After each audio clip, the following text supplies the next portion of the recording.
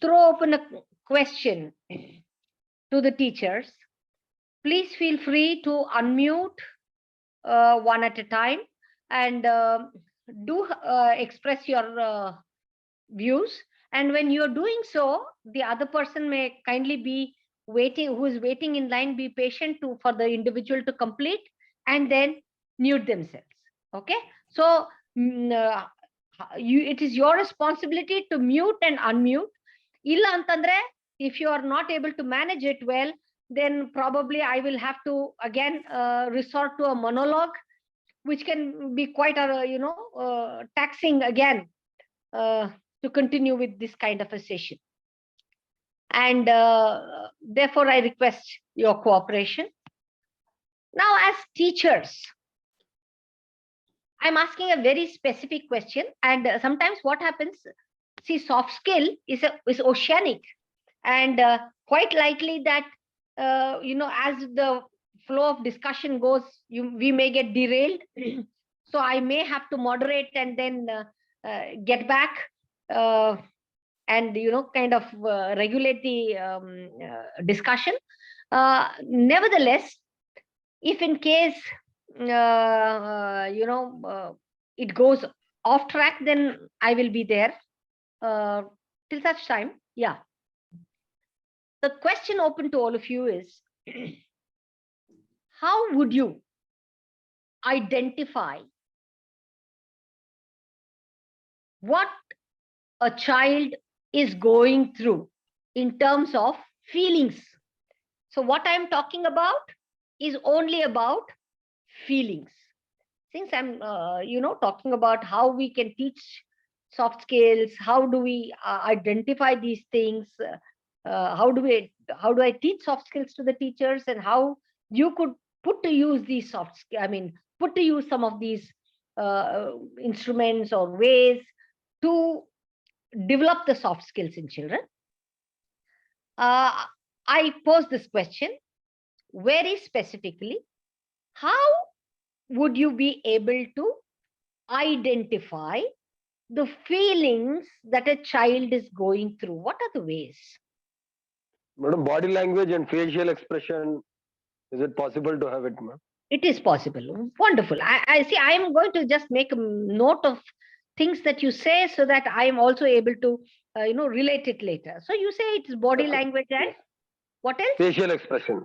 Facial expression. Yeah, the countenance, the facial expression. Yes. Okay. Yes. Fine. Next. Anybody else? The way of feedback, madam. The way of feedback. Yes. Okay. Through their feedback. Very, very relevant. Mr. Siddharth? Yes, madam. What? Yeah, it was Dr. Siddharth. Yes. From the reaction. How do they react?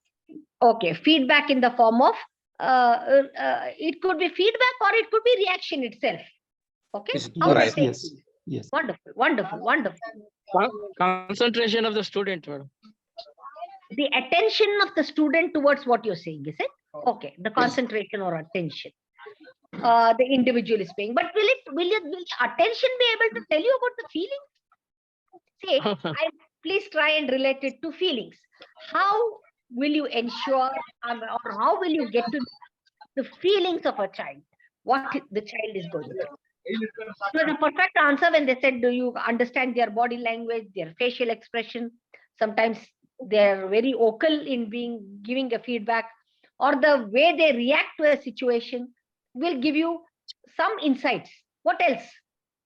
Anybody can feel free to express on this. Their normal behavior, madam. Their normal behavior and responses. Usually a child who is hyperactive, who is not responding well or keeping quiet, we can know that something he or she is going through. Okay, through their responses. It need not necessarily be a reaction. It can even be a response. Okay, wonderful. Taken. So, once I feel that the number of views are lessening, then I will jump in. Okay. Till such time, I will give you an opportunity. If anybody wants to say anything now, see what you could. how Yes, brisk they are in the class, how brisk, active, how brisk or active in the class. the brisk, okay, how brisk the individual is in the class, whether the child is proactive or not, is what you're trying to say. Okay, fine. Now, let How me tell he you. involved with other students. How True. he involved with other students in the way of education or academic or non-academic activities. Okay, involvement per se. Involvement. Accepted, perfect. Now, let me, just give me time now. See, one way of identifying the feelings with an individual is to be able to categorize the feelings. So when I say categorize the feelings primarily are of different range, but predominantly we should be able to identify their category of feelings in about 7 ways. Whether the child is happy, the child is sad, the child is angry, or the child is scared, the child is confused, the student is strong, or whether the student is weak. So I told you 7 categorization. Happy, sad, angry, scared, confused, strong, weak. Now, even within this categorization, if you want to understand a child, you can drive in against these 7 categories of feelings. You could mark, if you are very good in vocabulary, you could develop an instrument yourself. Nevertheless, you could use your common sense to identify the range of feelings. For example, so let us take the example of a happy child. A happy child can just be glad, can be contented and satisfied, which is the lower range of happiness. Or the child can be excited, they can be elated, they can be overjoyed. Like somebody just now told, I'm sorry, I'm not taking your names because I'm not got the whole screen where I would be able to exactly identify who has said what. Somebody said very proactive on the involvement of the child. Somebody said depending on the responses. If the response is one of being excited, elated, overjoyed, then it is higher degree of happiness. At a moderate level, the child is expected to be, as a happy child is expected to be cheerful and good. Now, coming to sad.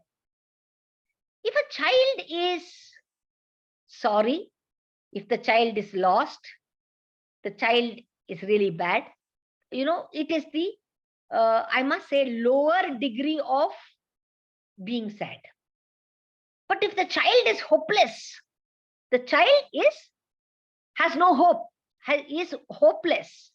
Or if the child is sorrowful, depressed, then it is a higher degree of sadness. Of course, at a moderate level, the child is upset, the child is down and distressed. It's not depressed, distressed. Now, taking angry as a category. The child may be uptight, reserved ಆಗಿರೋದು. The child may be dismayed, or the child may just be put out, which is a lower degree of anger, which depicts lower degree of anger. The child could be actually displaying tantrums, can be furious, can be seething, can be enraged. So this depicts the higher degree of anger. Or the child could be moderately annoyed, ಗೊತ್ತಾಗದೆ ಇದ್ದಂಗೆ ಏನ್ ಮಾಡೋದು ದಾರಿ ದಿಕ್ಕು ಕಾಣ್ದಂಗೆ, or it could be frustrated, it could be agitated from within. Same way, a child which is scared can be very timid, andre reserved agi, timid, maybe unsure, a scared child, and can even be nervous.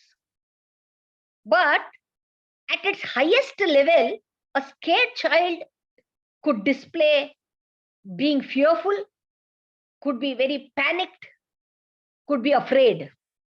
Okay? So, as a moderate path, the child may simply be uneasy and insecure, or somewhere feel threatened. going to a confused child.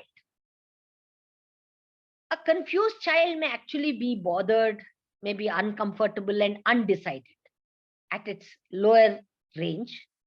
But at a higher range, the child could be bewildered. It could be trapped. It could be troubled. Okay. Mainly, the child may be disorganized, mixed up and foggy at a moderate level. Then coming to strong features. The child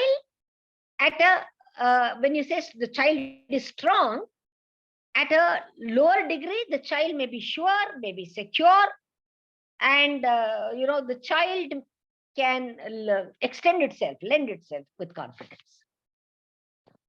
At a strong range of categorization, the child could be potent, could be super, I must say, super active, could be very powerful.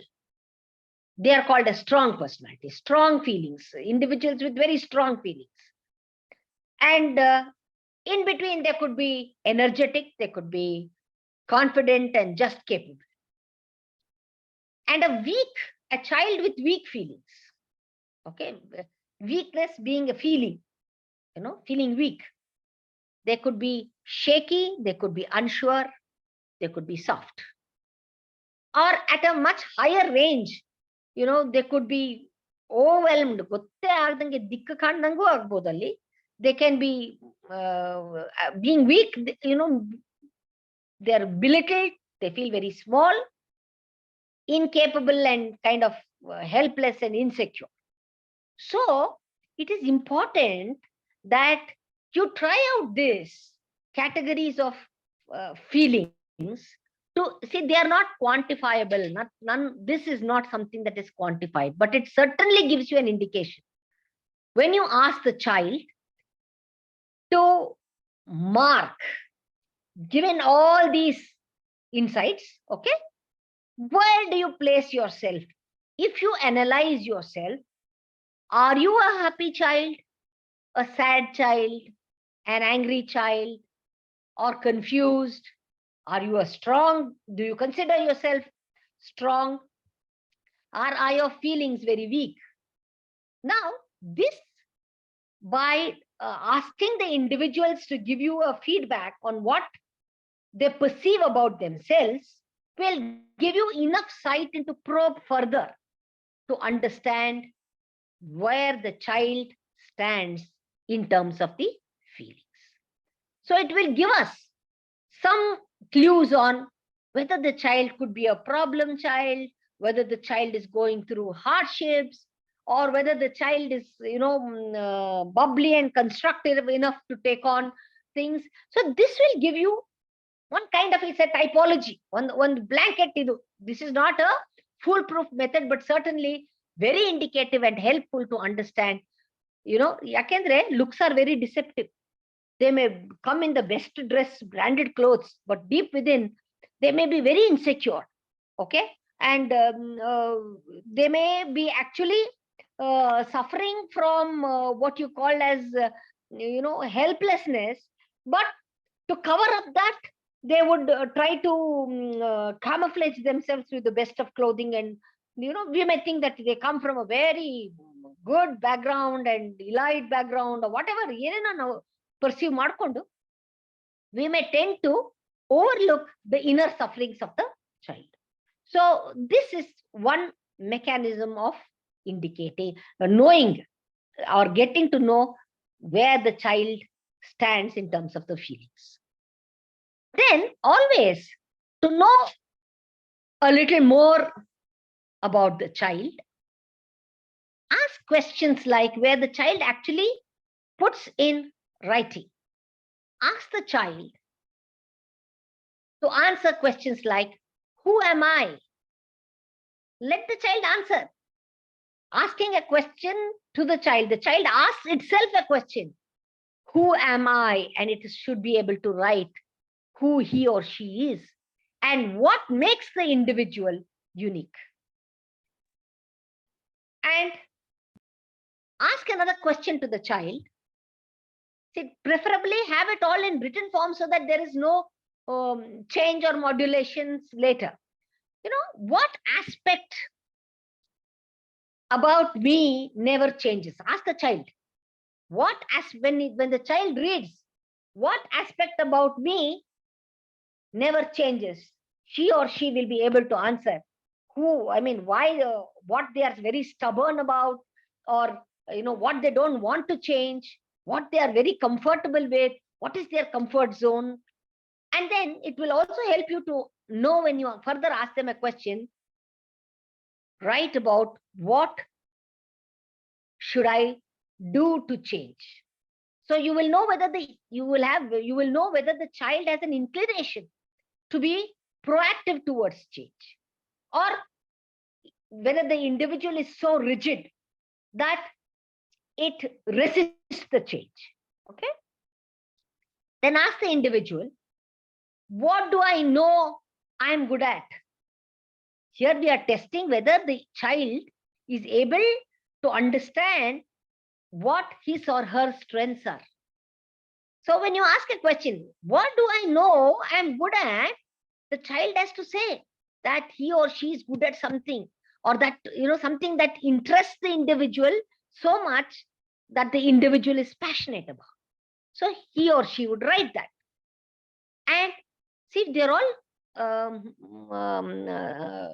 madams and sirs, let me tell you that these are all grown-up children. They are in the age group of, say, the students whom you address, the graduate students from the age group of, say, 17 to 20, 22. They're in that age group. Today, children as young as 10 and 12, even before they enter the teenage, they are in a position to establish themselves with some of these answers. Therefore, it is not that they are not capable of self-examination. They are capable of it. We need to provide them a path, a route to help them identify themselves.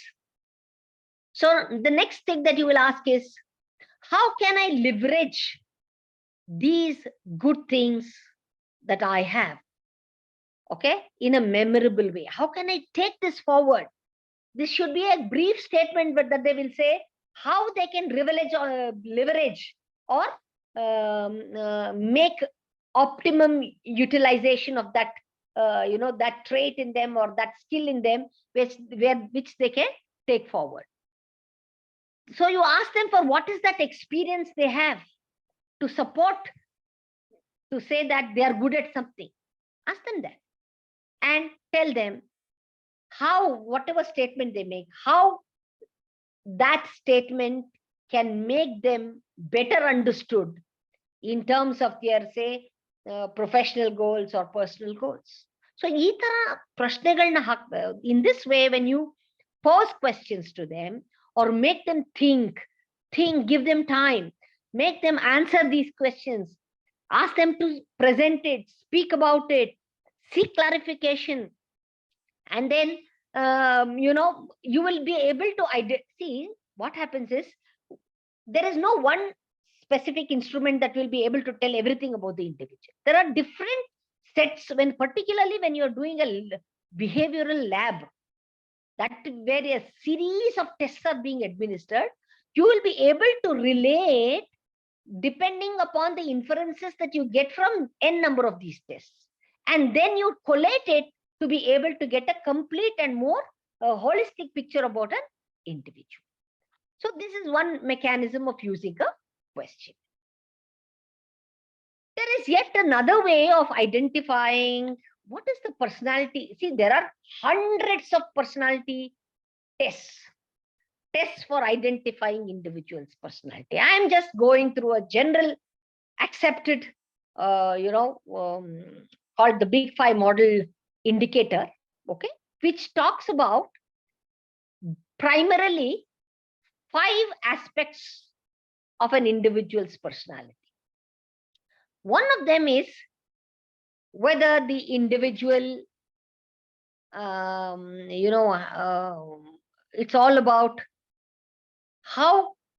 what is the level of adjustment of an individual with self and others? What is the extent of sociability of an individual? The extent of openness to novelty of an individual, and the agreeableness of an individual. That is how the world around takes the individual. Do they agree with the individual or disagree with the individual? And finally, how organized and conscientious, how reliable is the individual? Based on this, there is something called as a big five locator.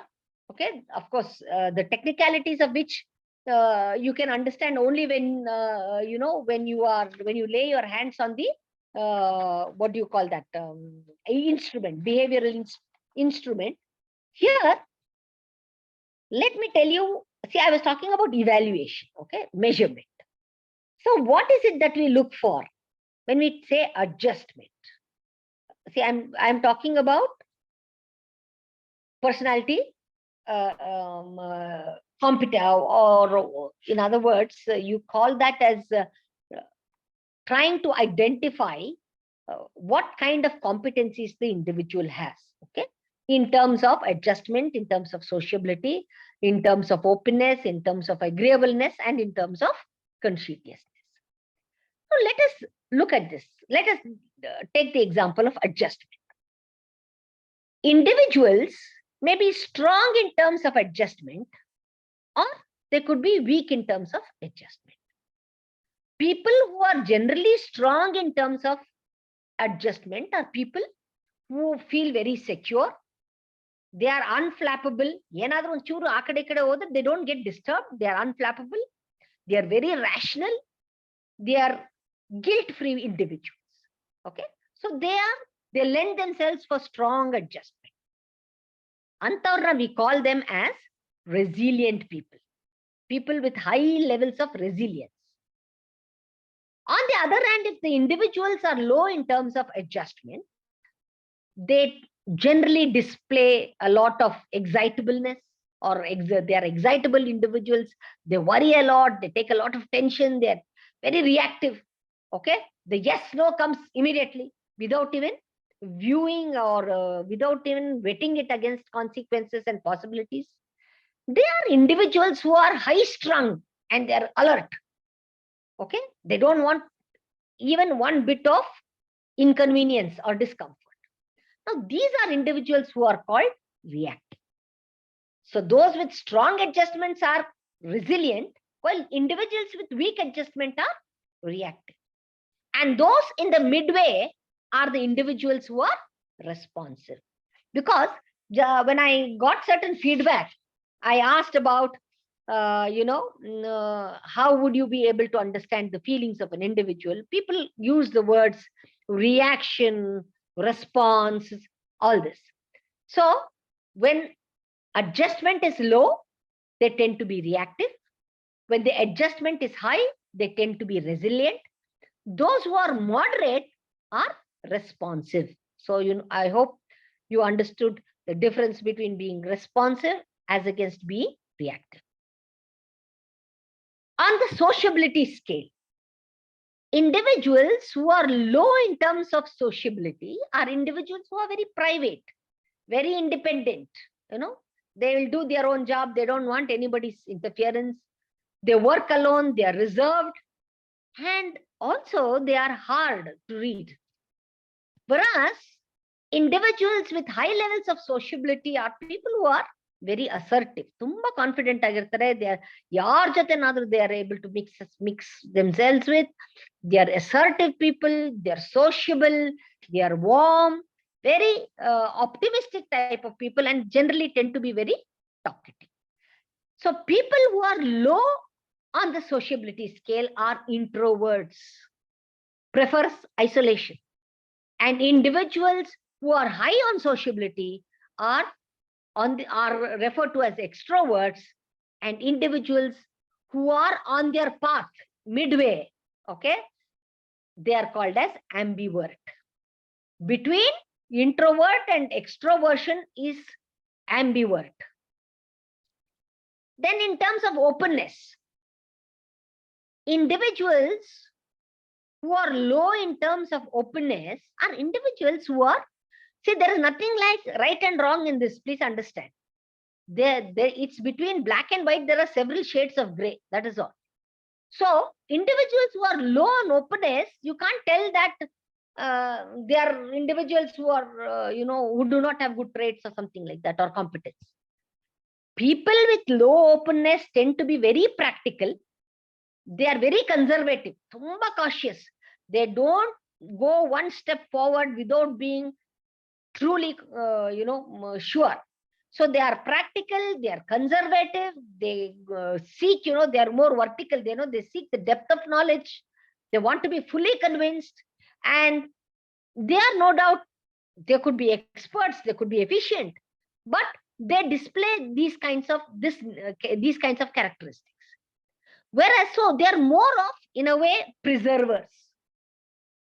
Against this, there are individuals who are high in terms of openness, who tend to be very broad-minded, who tend to be curious and liberal.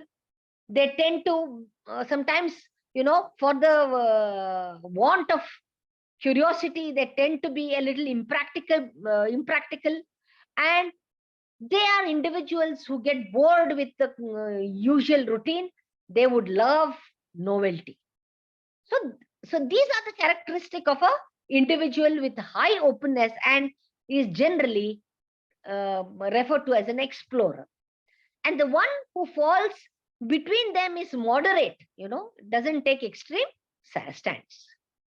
And coming to agreeableness as a factor, individuals with low levels of agreeableness are individuals who are skeptical. They are, they are skeptical andaga. They have a lot of question marks, some element of suspicion. They are questioning. They are very tough, very aggressive. And individuals low on agreeableness are people with a lot of self-interest. Whereas individuals who are high in terms of agreeableness are individuals who are trusting, they are humble, they are, team players. They tend to generally work towards being, very frank, and they're conflict averse. They will run away from conflict, in the sense like they don't want to bring in conflict on main stage. So these are the people who are high on agreeableness. So individuals who are high on agreeableness are generally adapters, whereas individuals who are low on agreeableness generally tend to challenge. And those in between are ones who will attempt to at least negotiate.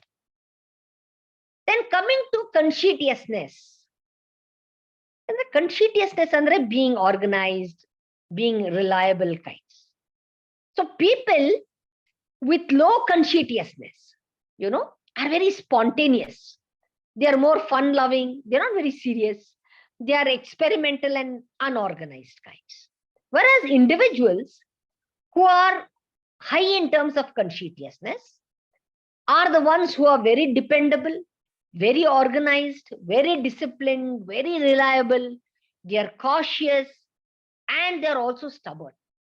So you will see that they are more focused. People having high conscientiousness scores are focused, whereas individuals with low conscientiousness are flexible individuals. Now, the thing is, whenever you interpret an individual's personality, never ever get into one single mode or factor and speak about the individual. It is always to be looked at in a holistic way. Just let me give you an example.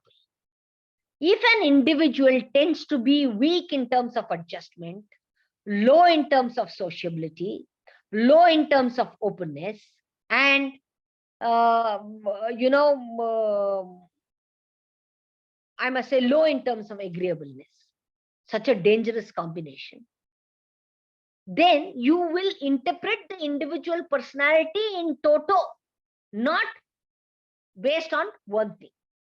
When the individual is reactive, he's suspicious, he's not mingling with people, not listening to people, or taking somebody's suggestions, and will challenge his own stand, then that individual is a very tough cookie to manage.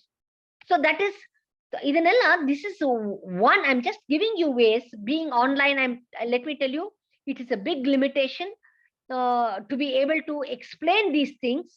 But nevertheless, I have made an attempt. I've tried to tell you how at array, how some of these instruments are being used to identify some of these aspects when we are imparting soft skills. Then you say, I would like to expose you to an instrument, behavioral instrument called as FIROB. Now, see, many of the management graduates here, that is the professors of management here, will understand or maybe would have heard about FIROB, but I'm quite sure they may not have actually gone through this FIROB test. These are certain instruments, unfortunately, which the trainers use where, to have a with all these are copyrighted, and one would not be able to lay their hands on these instruments unless, they purchase it. And the purchase of these instruments itself is at a very, very, exorbitant rate. But we as teachers must know that there are instruments like this, which will, help in examining certain aspects of interpersonal relationship. You see, in the corporate side, particularly at the managerial level, when executives are, paying somewhere the fees of around 50,000 plus and above, they are subject to some of these kinds of instruments, and they get such kind of exposure. But it is very important that we as teachers also know what kind of behavioral instruments are used. So little gyan on some of these instruments. So FIROB stands for Fundamental Interpersonal Relationship Orientation with respect to behavior. So now they have used a 54-item questionnaire here,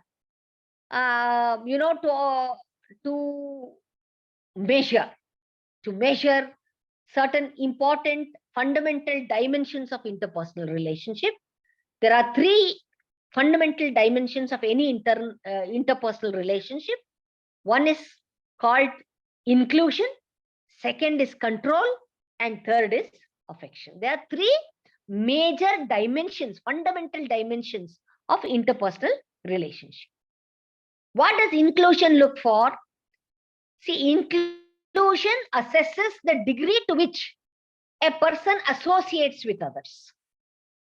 So the concepts of extroversion, introversion, and or concept of moving towards people or moving away from people, all these are similar to inclusion. Then control. Control measures the extent to which a person assumes responsibilities, makes decisions, or dominates people. This is control. Coming to affection, this reflects the degree to which a person becomes emotionally involved with others. So the test assumes that these 3 areas are fundamental in understanding and prediction of interpersonal behavior. Although there are many other factors that will influence a person's action, whether to know whether he or she understands these 3 dimensions, that will meaningfully influence individual behavior, that these tests are used. During the administration of these tests, there is something called as a E score and a W score.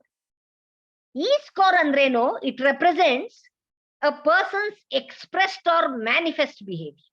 That means behavior that is overt, behavior that is observable, and it includes areas of inclusion, control, and affection. And there is something called as a W score, which is called the wanted score. Every one of us have an expressed behavior and a wanted behavior. What is a wanted behavior? the wanted behavior scores actually refer to what the person wants from other people in the area of inclusion, control, and affection. What is it that he or she seeks in their interpersonal relationship? And it is less directly observable. But you must understand that the information is very valuable in understanding and predicting the individual behavior. Wherever there is a gap between E and W score, okay? If the gap between E and the difference between E and W in terms of inclusion, control, and affection is more, then it means to say more andre there is a score within which it has to be. If it is more, then the individual is said to be out of balance. Yakendre express score may be more than the wanted score, or the wanted score may be more than the expressed score. So there will be a gap between expectation, between what they perceive themselves as and what is expected from them. Now, it is important that I give you some of the characteristic features of what it means to have a low expressed inclusion score. If an individual has a low expressed inclusion score, it means that the person is uncomfortable around people and will tend to move away from people. And if the individual has a high expressed inclusion, it suggests that the person is comfortable in social settings and will tend to move towards people. However, if they are in between, they are still social. They may not be over social, but they are social. People with low wanted inclusion say that they're individuals who are very, very selective about the people whom they want to associate with. But if the individual has high wanted inclusion, that means the individual has a strong need, a desire to belong and be accepted. Now let's go to control. An individual with low expressed control means that the person avoids making decisions and taking on responsibility. Andre, you could actually call such kind of a person as an anti-crat. In between adre parvagilla. If their express control is midway, they're Democrats, you can call them. But individuals who have high expressed control, they are the individuals who indicate that he or she does take on responsibility, involved in a leadership role, and they could be termed as autocrats. Iga wanted control nodana. See, people with high wanted control, they suggest that the person does not want others to control him or her to make decisions for them. Hinde, men used to take decisions for women. We were, being in a patriarchal society, they felt protecting them and taking charge of them was their own. Today, things are changed. Today, women are talking about being empowered themselves. So, now their outlook is, no, we have they say that they have very high expressed control. That means that he or she can take or does take responsibility, involved in a leadership role, and people with a high wanted control generally want to assume responsibility and take charge. Adre gender issues tagobeku intadralli. See, for women, a high score may merely mean, if they show that they have a high score of high wanted control andaga, it means to say that merely because by being a woman, they may not have the freedom, and therefore they have learned to be tolerant rather than being dependent. So when you are interpreting the score, you must be very careful while you are doing so. And individuals who have low, now I'm talking about affection. People who have low expressed affection are individuals who are cautious about initiating the development of close, deep relationship. Andre, unlike inclusion, their concern itself is with the need, first of all, the need for having any deep relationship. First, is there a need? Anta, or superficial agidru sak, there's no need for deep relationship. So they are referred to as individuals who are underpersonal. But individuals who have high expressed affection suggest that the person can readily and emotionally be involved, they can establish deep relationship with others, and they are over personal. There are some individuals who have low wanted affection, which indicates that the person is very selective about the person with whom she wants to or he wants to develop deep relationship. One samaya yenagogutte, difference between E and W, which keeps them off balance anta heladnalla, this also has to be considered. Esto sala namma wanted affection high agirutte antandre, we want to be liked by people, we want people to come up to us to have close relationship, but olgade expressed affection irdiyalla adu may be very low.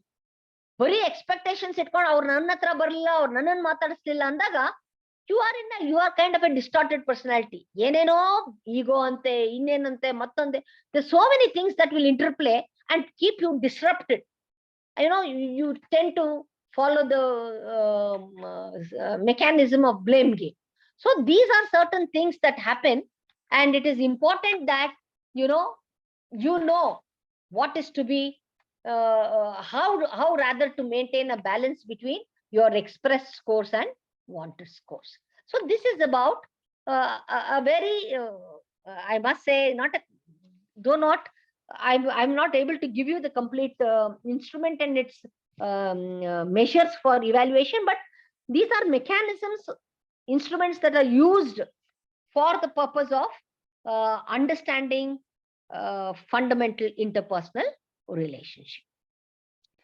Then coming to readiness to change. Now, you see, there are several dimensions that you could look into to understand. You can call them as even traits of change. Okay. Whether the individual, what is the extent of resourcefulness of the individual? What is the extent of optimism within the adventure, within the individual? Whether the individual is adventurous, okay? Whether the individual has a passion and drive, okay? So irrespective of the odds that come, they know how to beat the odds. They know how to make things work, okay? And what is their ability to adapt themselves to changing circumstances?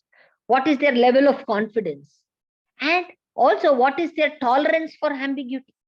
Higher the levels of tolerance for ambiguity, greater is the readiness to change. More greater the passion and drive, greater the readiness to change.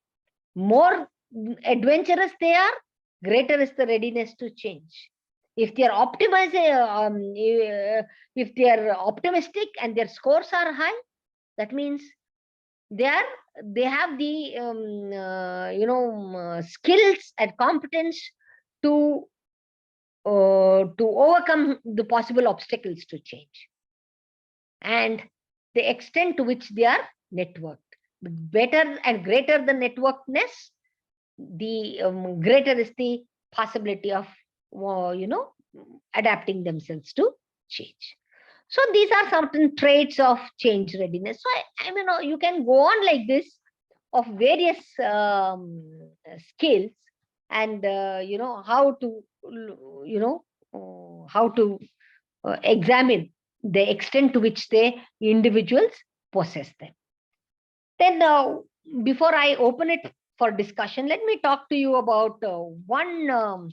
Leadership is one of the most commonly most common and most important soft skill. So let me talk about that. There is a model called as the tri-dimensional leader effectiveness model. This was put forth by Redin, and he talks about 8 managerial styles. Okay. So the behavior typology to be defended is built on 3 independent dimensions called task orientation, relationship orientation, and effectiveness. Here you would have all taught this, I'm sure, the managerial grid where you are talking about, but I'm only going to concentrate on the styles.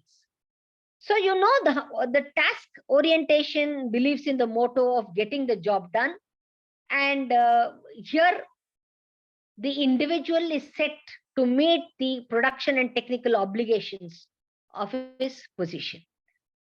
Whereas the relationship orientation is more about the rapport built between the leader and the employee in terms of the personal job relationship.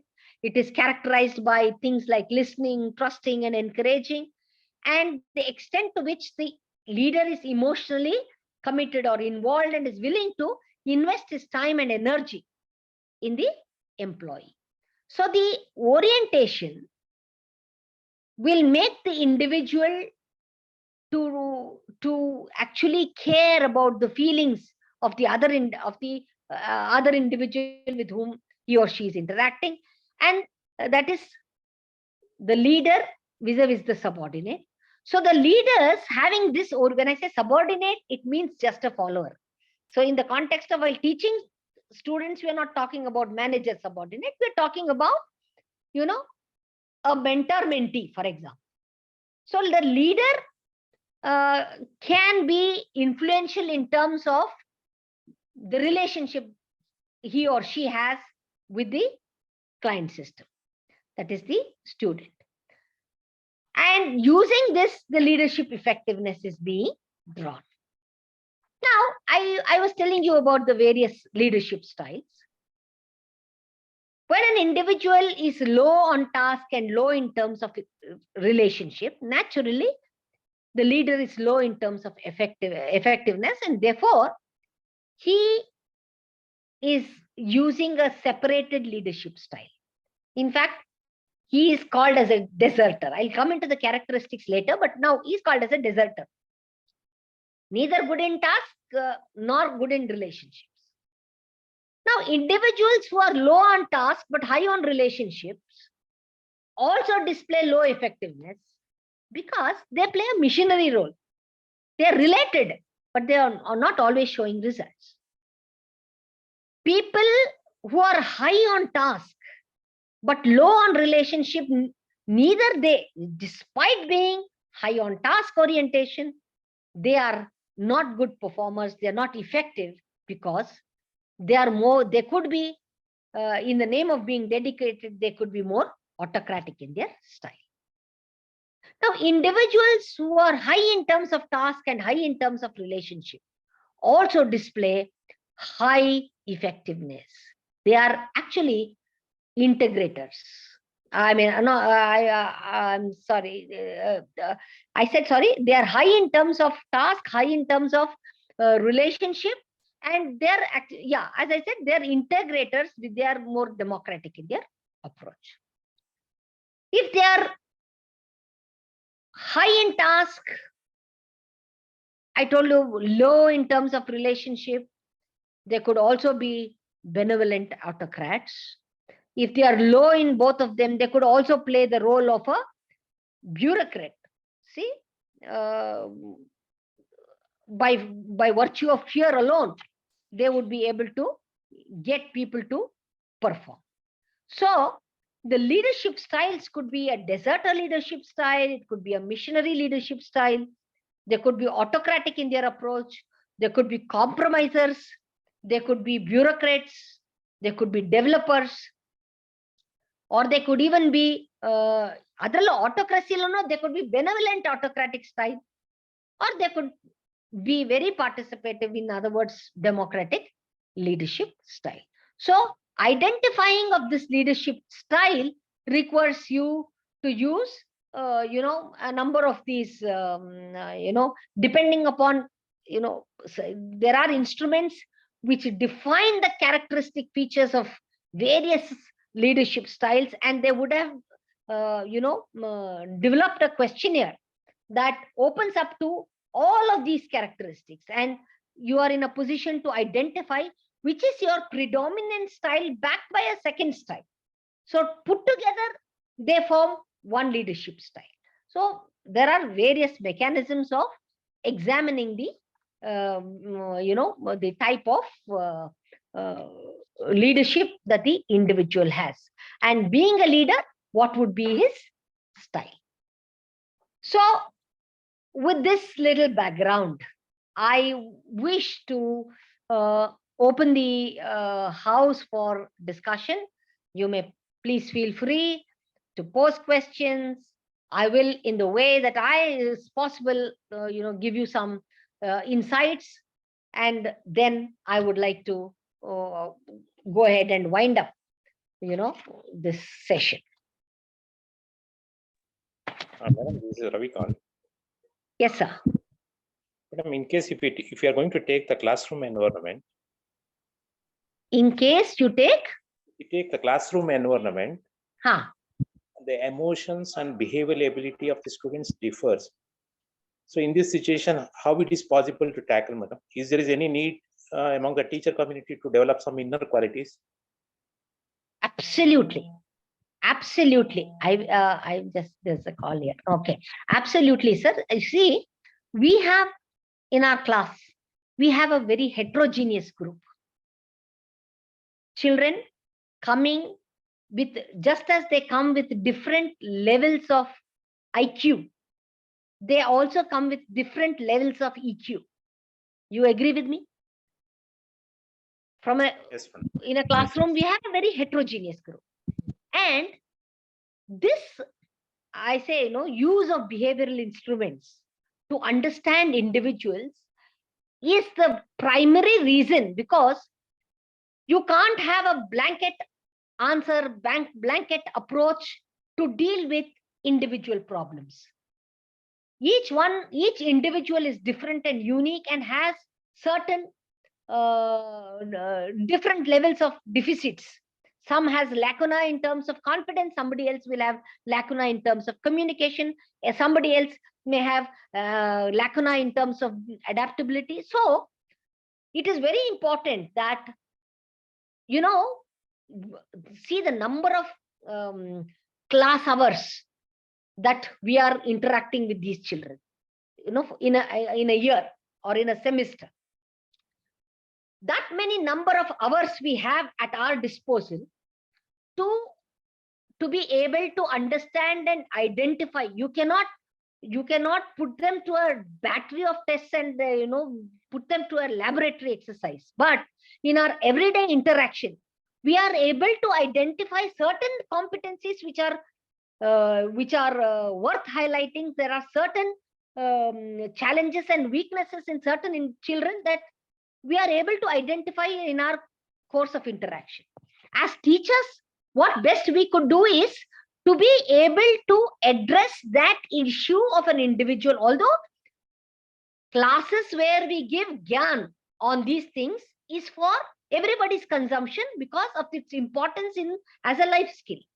But identifying, the beauty of we teachers lies in how dedicated we are in being able to identify the I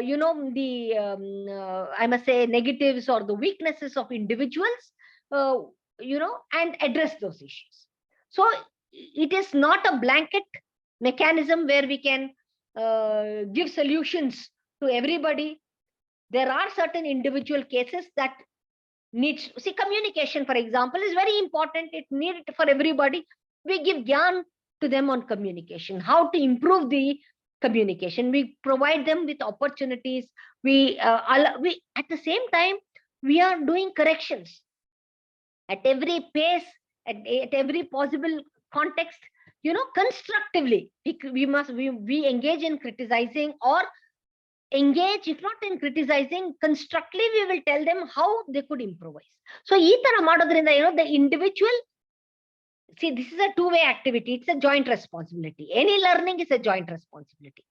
Just, by one thing is we motivate them to learn, and the other side is their response. If they show interest, then it is a it's an advantage to us and a double responsibility to us to cater to their requirements. So when it comes to imparting soft skills, that is why you see anywhere when you go through these laboratory training.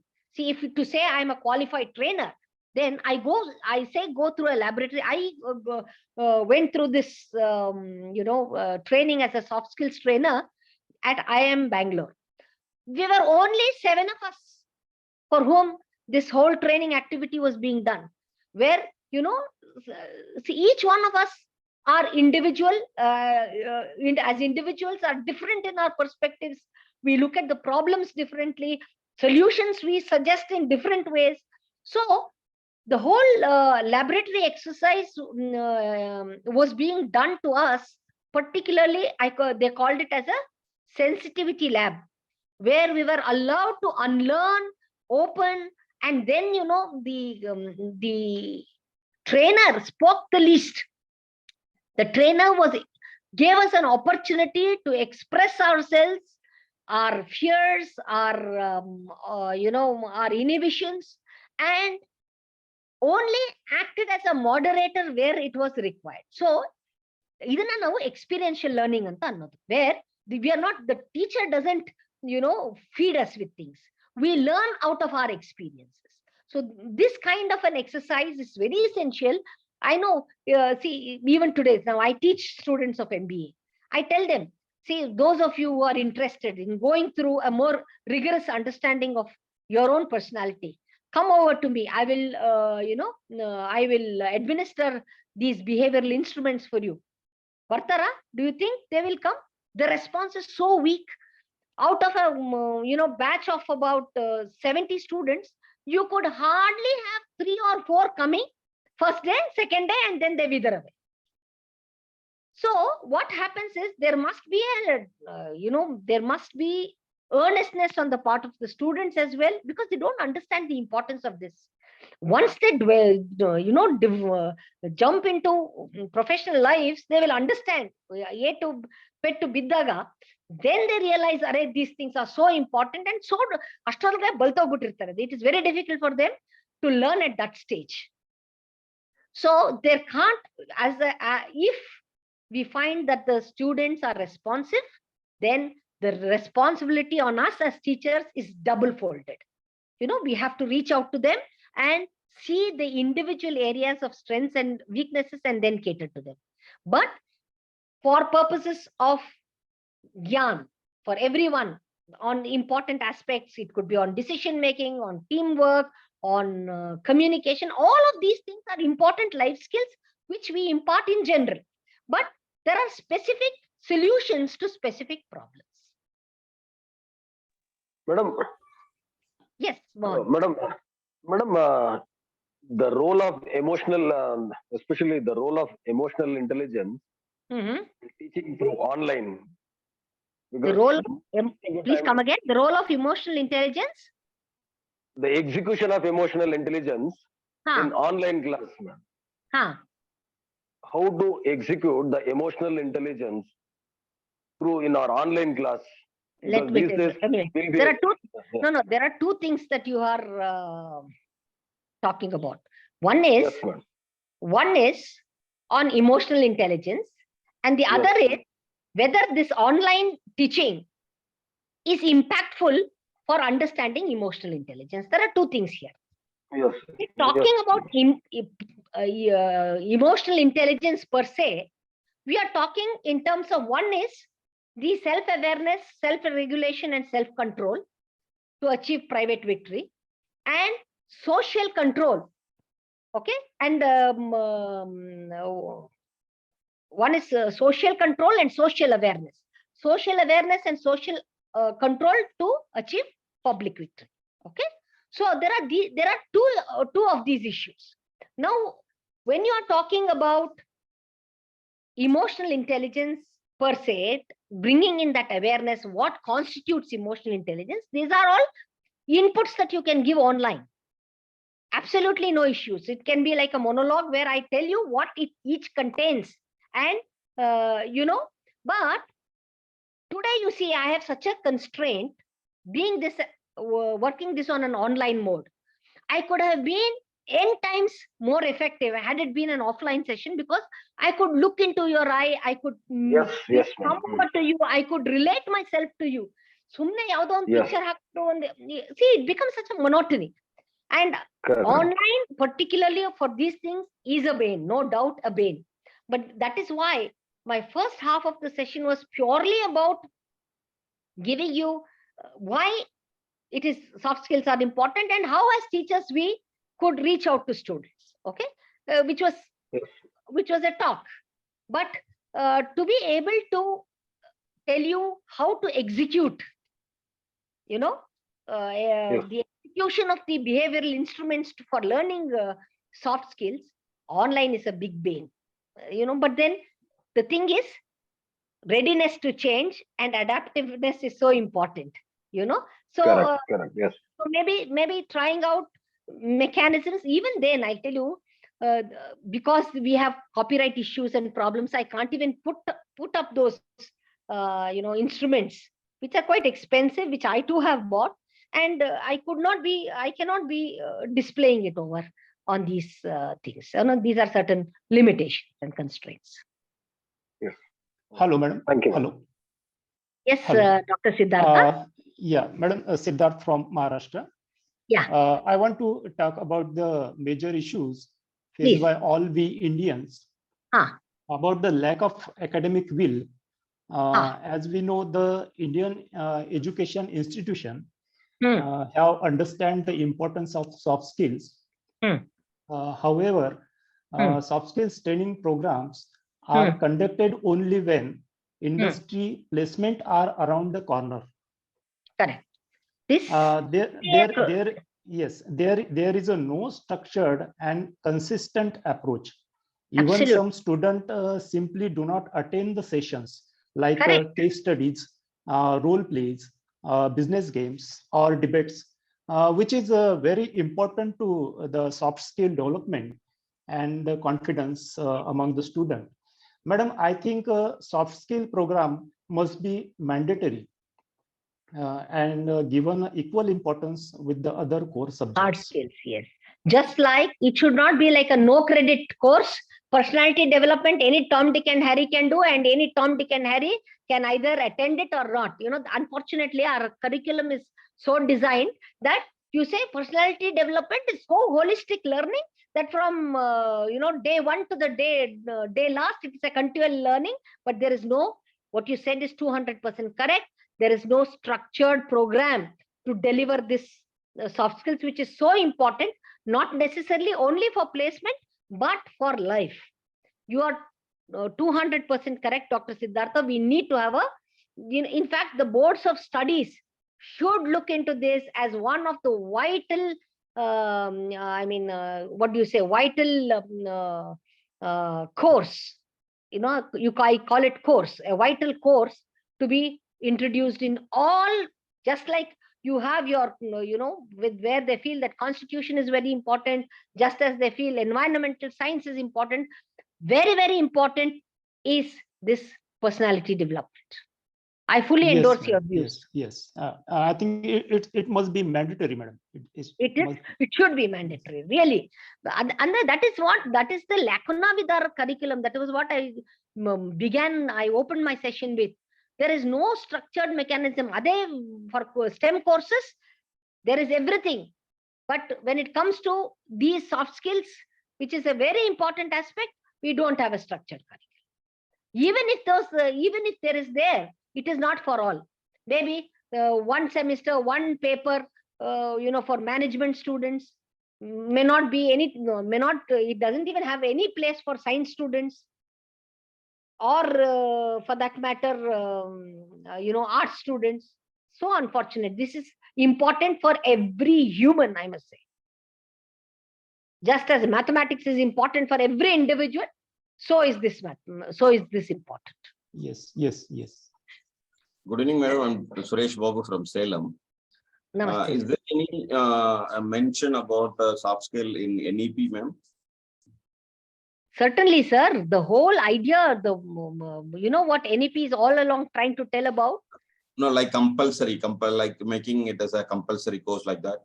No, it has been proposed that this should be there from beginning to the end. You know, it must be inculcated. But unfortunately, what has happened is they are all the time, leaving it.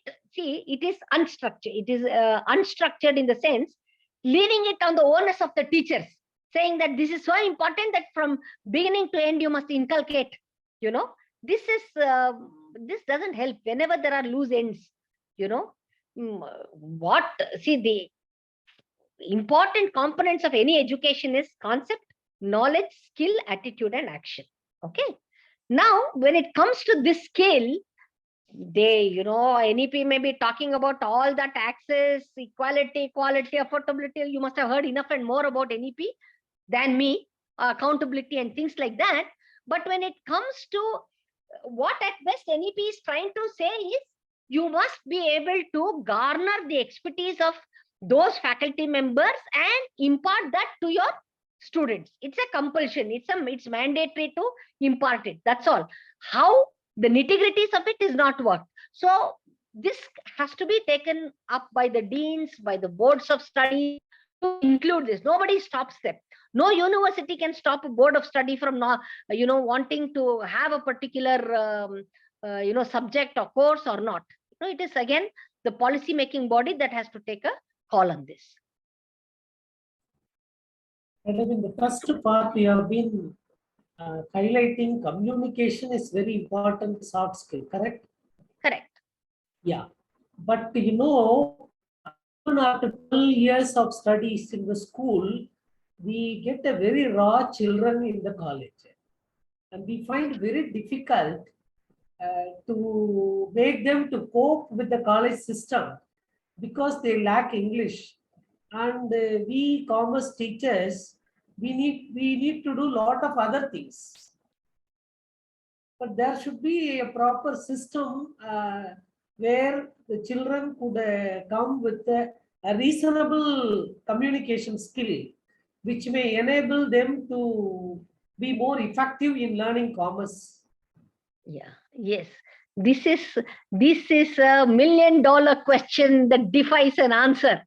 It's a $1 million question. See, all of us today, all the management teachers and the commerce teachers here who have assembled agree with me that communication has been the biggest bane for students. Okay. The thing is, their realization that communication is important should come from the as a child, as from this very schooling, you see, something after 17 is difficult.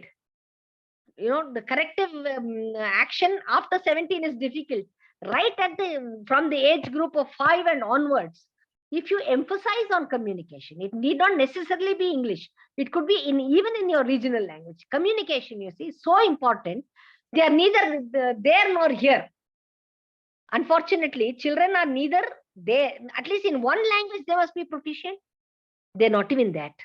And without communication, without this skill, any domain core competence that they learn, they may not be able to reach as effectively as they could otherwise reach with communication. Yes, it's a big bane. And unfortunately, our mechanism of our education system, our admission mechanisms, everything needs to be, it's a big question mark. See, if you say this is happening in well-equipped government colleges, imagine the fate of this in private colleges. You see, where the motto is different. The motto of being an educational entrepreneur is different there. Just imagine all Tom, Dick, and Harry comes in there. Now, you see, whenever I'll tell you, I'm sorry to say that, but this is true. The education system has become so bad that today getting a PhD is far easier than passing a class 10. Many will endorse with me, will agree with me that we are all, see, I'm not doing blame game. We are all party to it. We are all, the system itself is such that we are all in a way contributing to this, because we are not opposing this. You know, very unfortunate development, but these are the facts. These are the realities, really. And that is the reason why, you know, everywhere you see the industry saying that 70% of the graduates who come out are not employable. They neither have the skill meaning either technical skills nor the soft skills. They lack in either of them. To be complete and ready, industry ready, you need to have both of this. So somewhere there is a lacuna. And therefore, you and I and all of us here, you know, to the extent possible, need to, that is a squirrel's contribution. See where we can bridge this loophole. At least, if not for anything, for conscience sake. Our inner conscience must be somewhere rested at peace that we are doing our job. So let me quickly conclude on this because I know that I couldn't be going too far. We understood that soft skills are very important for the success of students in their lives, in the workplace, and that high priority needs to be given to impart soft skills. And the curriculum, unfortunately, is leaning very heavily on hard skills. And we teachers should shoulder that responsibility to find ways of integrating soft skills into our current instructions. So with this, I wish to close. Thank you very much for being a part of my session today. And it was nice talking to you all. Thank you. Thank you, madam. Thank you very much, madam. Thank you, madam. Thank you, madam. Thank you very much, ma'am. Thank you, madam. Thank you. Thank you, madam.